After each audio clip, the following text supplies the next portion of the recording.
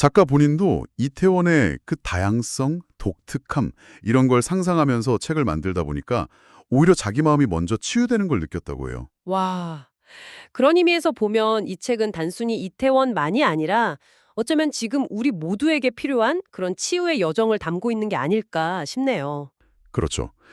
이 책은 어떻게 다시 일어설 수 있는가? 이 질문에 대한 하나의 구체적인 로드맵을 보여주는 셈이죠. 그리고 그 여정의 첫 번째 단계는 바로 자유를 되찾는 것에서 시작됩니다. 그럼 그 첫 번째 단계부터 한번 같이 가볼까요?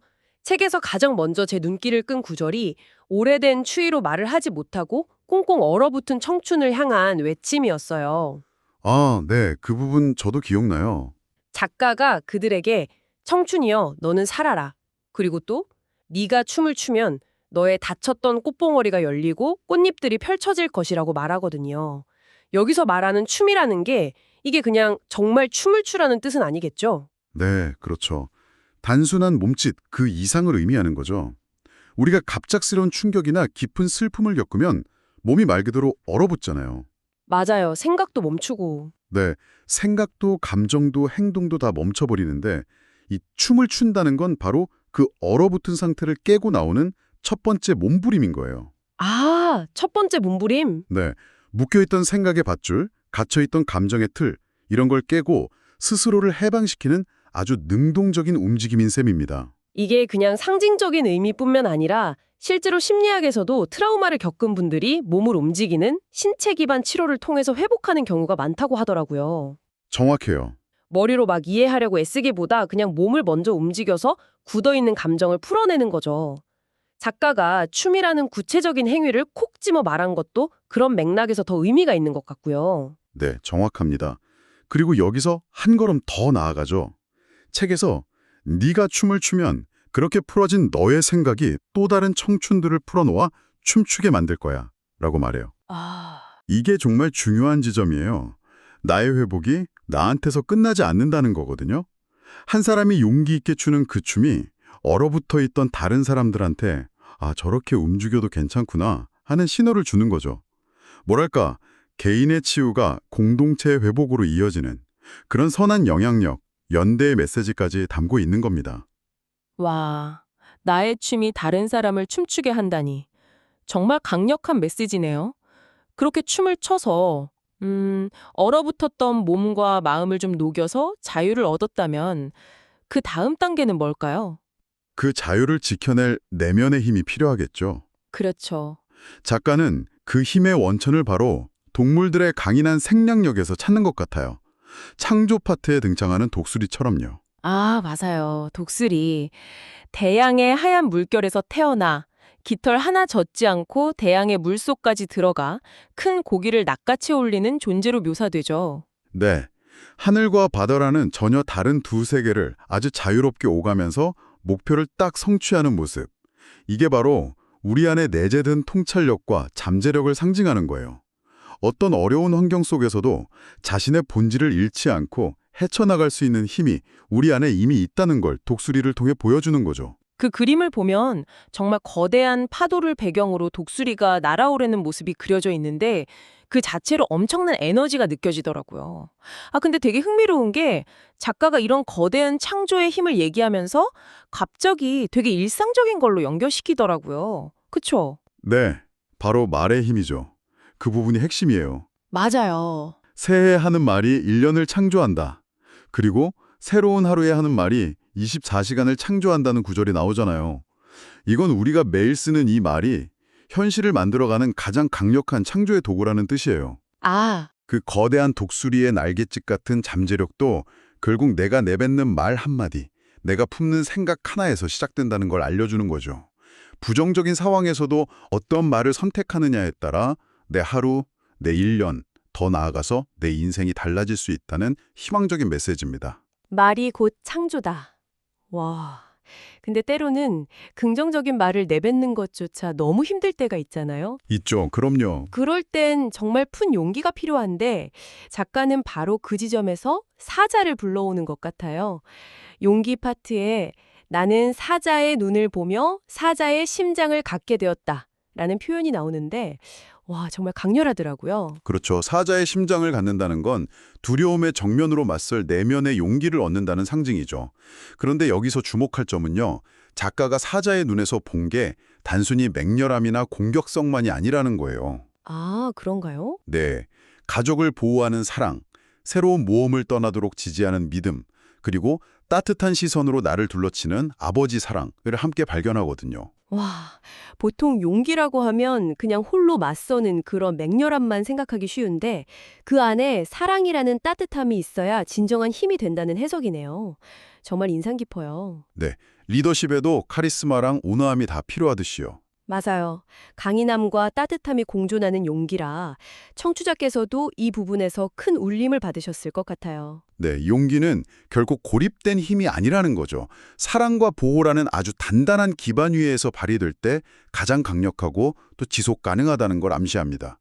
그리고 이처럼 용기가 사랑의 뿌리를 두고 있다는 생각은 책의 다음 파트인 사랑에 대한 이야기로 아주 자연스럽게 연결돼요. 그 사랑 파트에 물과 불이 만나다라는 챕터도 되게 독특했어요. 보통은 절대 섞일 수 없는 뭐랄까 극과 극의 상징이잖아요. 그렇죠. 그런데 작가는 사랑 안에서 극과 극의 경계가 허물어졌다고 말해요. 슬픔이 기쁨으로, 절망이 소망으로, 분리가 연합으로 바뀐다고요. 그게 바로 사랑을 모든 이분법적인 대립을 무너뜨리고 통합하는 궁극적인 힘으로 보고 있는 거죠. 이것이야말로 치유의 본질 아닐까요? 상처와 절망이 가득한 곳에 희망과 회복을 가져오는 변혁적인 힘. 이태원이라는 공간에 겪었던 아픔을 다시 기쁨과 희망으로 이끌어갈 수 있는 가장 근원적인 동력이 바로 이 사랑이라는 메시지를 전하고 있는 겁니다. 근데 사실 뭐랄까 그런 회복 과정이라는 게 눈에 바로 보이지는 않잖아요. 그럼 되게 지치기 쉽고 포기하고 싶어지고요. 이 책에 보이지 않는 것의 힘이라는 이야기가 바로 그런 마음을 다독여주는 것 같았어요. 아, 그 뿌리 이야기 말씀이시죠? 네네. 깊고 어두운 동굴 속에서 아주 작은 뿌리가 바위를 뚫고 오랜 세월에 걸쳐 자라나서 마침내 동굴 밖에서 누구도 상상 못했던 무성한 나무가 되었다는 그 이야기요. 맞아요. 이 보이지 않는 뿌리 이야기는 마치 대나무 같아요. 대나무는 땅에 심고 한 4, 5년 동안은 거의 안 자라거든요. 아, 정말요? 네. 그러다 한번 싹을 틔우면 하루에 수십 센티미터씩 폭발적으로 자라요. 그 5년 동안 땅속에서 수백 미터의 뿌리를 내리고 있었던 거죠. 회복도 이와 같다는 겁니다. 생명의 힘이 자라나고 있다는 것. 어쩌면 청취자께서도 더딘 변화에 지쳐 있을 때가 있다면 지금 내 내면의 뿌리가 단단해지는 과정이라고 생각해보면 정말 큰 위로가 될 것 같아요. 하지만 책은 그렇게 희망적인 이야기만 하지는 않아요. 그 뿌리가 자라는 과정이 얼마나 고통스러운지 트라우마의 현실을 아주 직접적으로 묘사하는 부분도 있죠. 아, 그 부상당한 용사 이야기요. 네, 바로 그 이야기입니다. 용기 파트에 나오는 또 다른 이야기였죠. 용사가 적에게 뒤꿈치를 물려서 마비되고 사랑하는 성이 침략당하는 걸 그냥 속수무책으로 지켜봐야 하는 정말 절망적인 상황에 처하잖아요.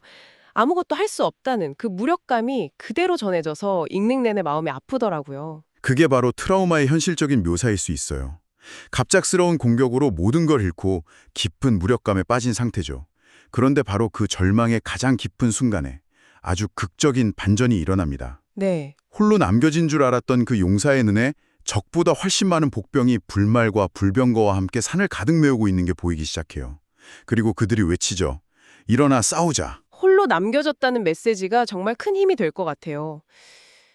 근데요, 그런 깊은 절망의 순간에는 솔직히 그런 도움이 눈에 보일까요?